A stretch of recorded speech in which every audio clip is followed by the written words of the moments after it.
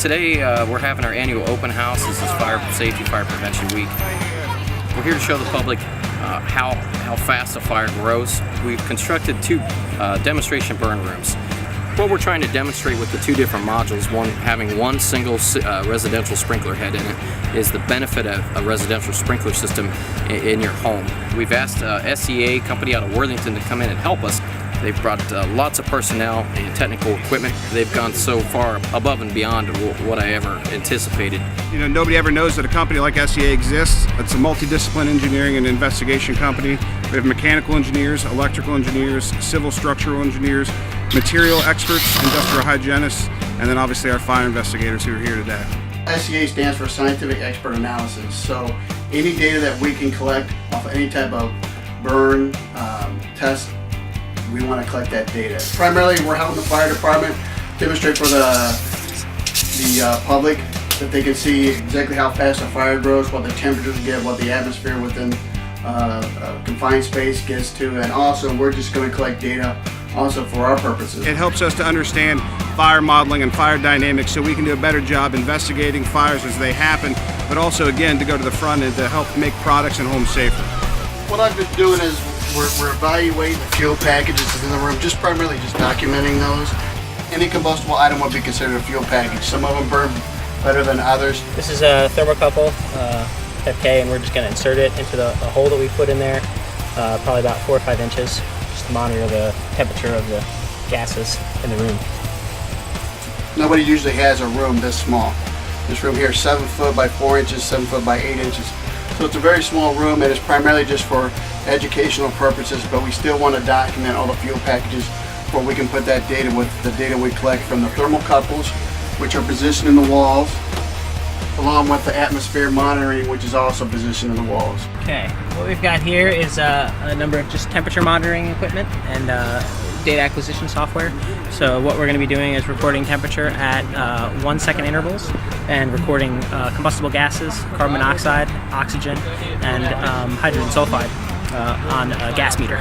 And we're going to be logging all of that real time, so we'll be able to display it on the TV screen, and we'll also be recording it so that way we can post-process and look at it later. This is a Faro 3D scanner, and what we're doing here is gathering 3D points, essentially a huge point cloud, to mark the positions of all the components in here.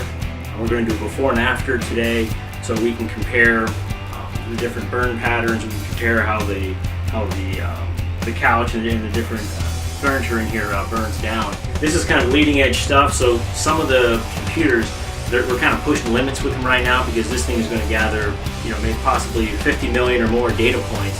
What we've got here is a thermal imager from FLIR. It's the E40. Basically, it shows thermal gradients by outputting the radiation, thermal radiation, and we'll use this to kind of get an idea of where the heat's escaping and how air currents are moving inside of the burn buildings. What we really want to come away with is that people truly understand how dangerous fires are and how quickly they occur. It's very nice to have a collaboration of a private entity with the public fire department to work in collaboration on a day like today to give back to the community and help educate them on fire safety. This is especially exciting because it really gives us an opportunity to showcase some of the different technologies that we use.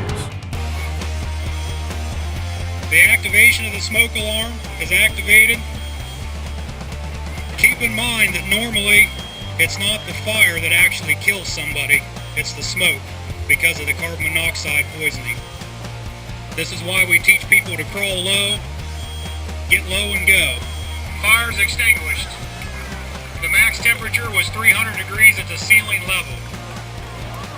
Everybody understands the fire is hot, and they understand, fire grows pretty rapidly. But I think when we can put it together with the visual of the fire and also the technical data that we're being able to collect, that SEA is able to collect today, I think that when we culminate the two together, I think we're really able to drive the point home. Really, that's what we're all about this week is fire safety, fire prevention, and education to the public in that aspect. I believe it was 3 minutes or under before that room, after ignition, after it went to complete flashover status. And not only that, obviously they could see that, but they would only be guessing as to the temperatures in that room if it weren't for SEA. And I really think that drove home the point to this crowd. And we had a really great crowd. We had a really great day for it. I think it was a fantastic turnout, and I definitely think this event was a huge success.